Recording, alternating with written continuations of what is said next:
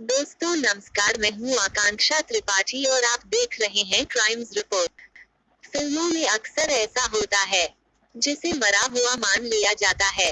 एक दिन अचानक वह सामने आ जाता है, लेकिन जब असलियत में कोई ऐसी घटना घटती है तो हर किसी के पैरों तले जमीन खिसक जाती है। मन मानने को तैयार नहीं होता, लेकिन जब शख्स सामने खड़ा हो तो हर कोई इस बात को सच मान लेता है। दोस्तों, जिस महिला की हत्या के आरोप में उसका पति और सास ससुर सलाखों के पीछे थे, वो महिला करीब 14 साल बाद ससुराल वापस लौट आई है। आइए कहानी को आगे बढ़ाते हैं और जानते हैं क्या है पूरी कहानी। दोस्तों, कहानी को आगे बढ़ाने से पहले आप सभी से गुजारिश है, वीडियो को लाइक और चैनल को सब्सक्राइब करना ना भूलें। कहानी की शुरुआत वर्ष 2001 में होती है। बिहार में पूर्वी चंपारण नाम का एक जिला है। यह कहानी इसी जिले के पताही प्रखंड के सरैया गोपाल इलाके की है। शिवहर में शिवचंद्र राम का परिवार रहता है। शिवचंद्र राम के परिवार में उनकी एक बेटी है जिसका नाम बबीता कुमारी है। जब बबीता कुमारी बड़ी हुई और उसकी उम्र शादी के लायक हुई तो शिवचंद्र राम को उसकी शादी की चिंता सताने लगी। उन्होंने उसके लिए योग्य वर की तलाश शुरू की तो शिवचंद्र राम की तलाश शीघ्र पूरी हो गई। उन्हें ज्यादा दौड़ भाग करने की जरूरत नहीं हुई। दरअसल शिवचंद्र राम को उनके एक रिश्तेदार ने बताया, सरैया गोपाल में एक लड़का उसकी निगाह में है। लड़का बेहद शरीफ और सीधा सादा है। आज के जमाने में ऐसा लड़का मिलना नामुमकिन है। उसके पिता राम प्रसाद की सरकारी राशन की दुकान है।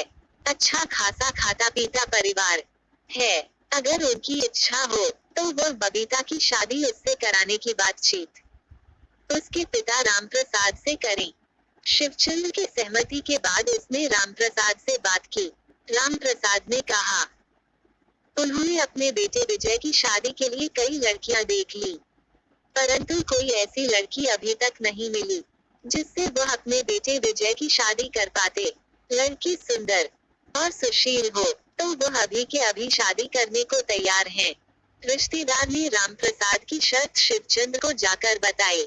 शिवचंद्र की रजामंदी के बाद राम प्रसाद अपने परिवार वालों के साथ बबीता को देखने शिवचंद्र के घर गए। बबीता तीखे नैन नक्श वाली मानसर दिल की खूबसूरत युवती थी। उसे देखते ही राम प्रसाद और उनका परिवार विजय की शादी से कराने को तैयार हो गया। वर्ष 2001 में दोनों परिवारों ने मिलकर विजय और बबीता की शादी करा दी। विजय बबीता जैसी खूबसूरत युवती को पत्नी के रूप में पाकर बहुत खुश हुआ। बबीता भी विजय के साथ खुश थी। दोनों का जीवन हंसी खुशी से गुजर रहा था। दोनों की शादी हुई 9 साल गुजर गए। वर्ष 2010 में एक दिन बबीता ससुराल से अचानक गायब हो गई। विजय यह सोचकर अपनी ससुराल पहुंचा। शायद बबीता किसी बात से नाराज होकर अपने माता पिता के पास चली गई होगी, लेकिन बबीता वहां पर नहीं थी। उसने अपने सास ससुर को बबीता के गुम हो जाने के बारे में बताया।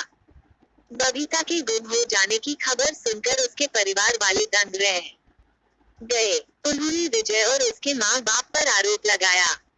बबीता को बच्चे पैदा न होने के कारण उन्होंने बबीता को कहीं गायब कर दिया है। चालाकी दिखाने यहाँ पर खोजने आए हैं। इस आरोप को सुन विजय और उसके माँ बाप के हाथ पैर फूल गए। उनसे कुछ कहते ना बना।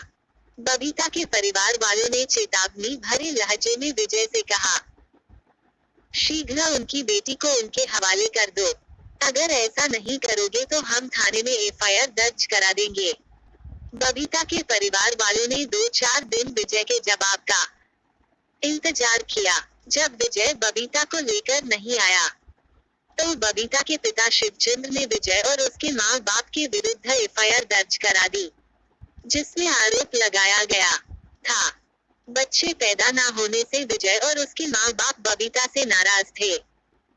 इसी नाराजगी के चलते उन्होंने बबीता से पीछा छुड़ाने के लिए उसकी हत्या कर दी है और लाश को कहीं छुपा दिया है।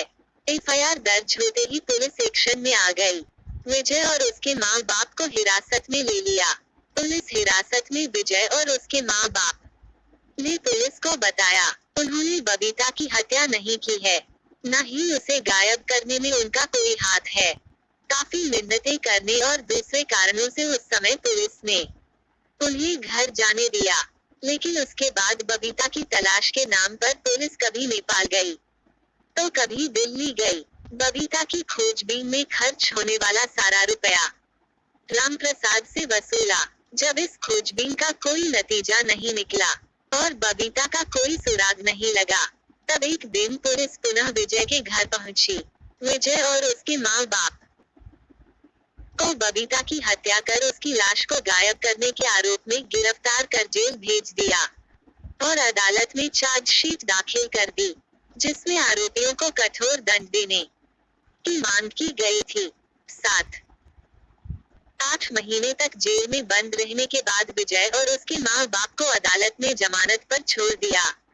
अदालत में बबीता की हत्या के मामले का ट्रायल हो रहा था, जिसमें ऐसा माना जा रहा था तीनों को सजा होनी पक्का है। इसी बीच बबीता एक दिन अपनी ससुराल में दिखाई दी। बबीता को देखकर उसकी ससुराल वाले भौंचक रह गए, परंतु विजय और उसके माँ बाप को तसल्ली हुई, अब उन्हें सजा नहीं होगी। उन्होंने बबीता को घर बैठाया। इतने वर्षों तक वो कहाँ थी, घर क्यों छोड़ दिया था, इस सब के बारे में जानकारी ली। उसे थाने में लेकर गए, अदालत के समक्ष पेश किया, जहां उसने बताया वो अपनी मर्जी से किसी के साथ चली गई थी। बबीता के बयान के बाद अदालत ने विजय और उसके माँ बाप के विरुद्ध विचाराधीन मामले को समाप्त कर दिया, जिसके बाद वो तीनों इस जंजाल से मुक्त हो गए। दोस्तों, इन 14 सालों में उन्होंने जो यातनाएं झेली हैं, लोगों के ताने सुने हैं, धन की बर्बादी की है, उसको याद कर आज भी उनकी रूह कांप उठती है।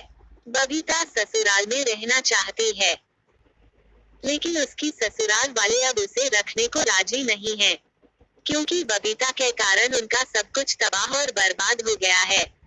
विजय ने दूसरी शादी भी कर ली है।